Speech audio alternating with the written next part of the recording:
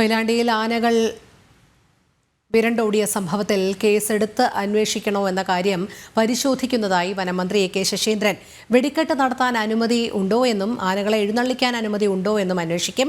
ഹൈക്കോടതിയുടെ ചില നിബന്ധനകൾ അപ്രായോഗികം. വെടിക്കെട്ടിന്റെ ശബ്ദം കേട്ട് ആനകൾ വിരണ്ടു എന്നാണ് പ്രാഥമിക നിഗമനം. വീഴ്ചയുണ്ടായെന്ന് കണ്ടെത്തിയാൽ നടപടിയെടുക്കുമെന്നും വനമന്ത്രി പറഞ്ഞു. പ്രധാനമായും പരിശോധിക്കുന്നത് നാട്ടാന പരിപാലന ചട്ടം നിർമ്മിച്ചിട്ടുണ്ടോ എന്നാണ്. എന്നാൽ പ്രാഥമികമായി അവർ തന്നിട്ടുള്ള നിഗമനം വെടിക്കെട്ടിൻ്റെ ശബ്ദത്തിൽ ആനകൾ വിരണ്ടു എന്നാണ്. പിന്നെ 2 ആനകൾ തമ്മിലാണ് ഉണ്ടായത്.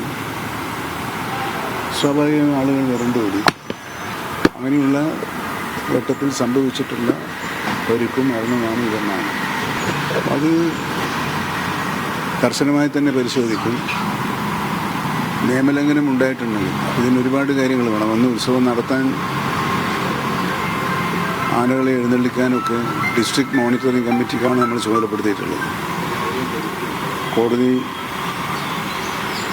കോടതി ഞങ്ങൾ ആ നിർദ്ദേശമാണ് സബ്മിറ്റ് ചെയ്തത്. കാരണം ഇനി എല്ലാം സ്റ്റേറ്റ് ലെവലിൽ വന്ന് ആലോചിക്കുന്നതിന് പകരം ഓരോ ജില്ലയിലെയും ആചാരങ്ങളുടെയും അനുഷ്ഠാനങ്ങളുടെയും വ്യത്യസ്തതയുണ്ടല്ലോ.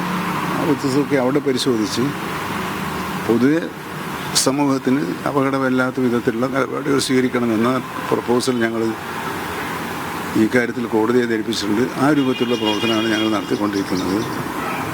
എന്തായാലും കാര്യക്ഷമമായ അന്വേഷണത്തിലൂടെ പിഴവുകൾ, വീഴ്ചകൾ സംഭവിച്ചിട്ടുണ്ടെന്ന് കണ്ടെത്തിയാൽ തികച്ചും നിയമപരമായ നടപടികൾ സ്വീകരിക്കാൻ നിർദ്ദേശം നൽകും.